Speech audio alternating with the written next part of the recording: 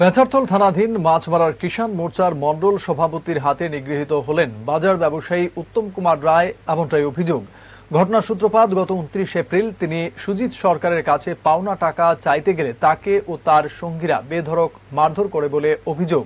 আহত অবস্থায় উত্তম কুমার রায়কে প্রথমে মাছমারা স্বাস্থ্যকেন্দ্রে, পরে কৈলাসহর জেলা হাসপাতাল ও এরপর আগরতলা জিবি হাসপাতালে ভর্তি করা হয়। বর্তমানে তিনি কলকাতার মুকুন্দপুরে একটি বেসরকারি হাসপাতালে চিকিৎসাধীন। এ ঘটনায় অভিযুক্তের কঠোর শাস্তির দাবিতে শনিবার থানায় ডেপুটেশন দেন মাছমারা বাজারের 25 জন ব্যবসায়ী। তারা জানান, অভিযুক্ত প্রকাশ্যে ঘুরলেও পুলিশ এখনো ব্যবস্থা গ্রহণ করেনি। দ্রুত পদক্ষেপ না নিলে বৃহত্তর আন্দোলনের হুঁশিয়ারি দেন ব্যবসায়ীরা। আমরা বাজার কমিটি ব্যবসায়ী লক্ষ্য করেছি, পেঁচারথল থানাতে মামলা করার পরেও পুলিশ আসামিকে ধরে সেই রাত্রে ছেড়ে দেয়।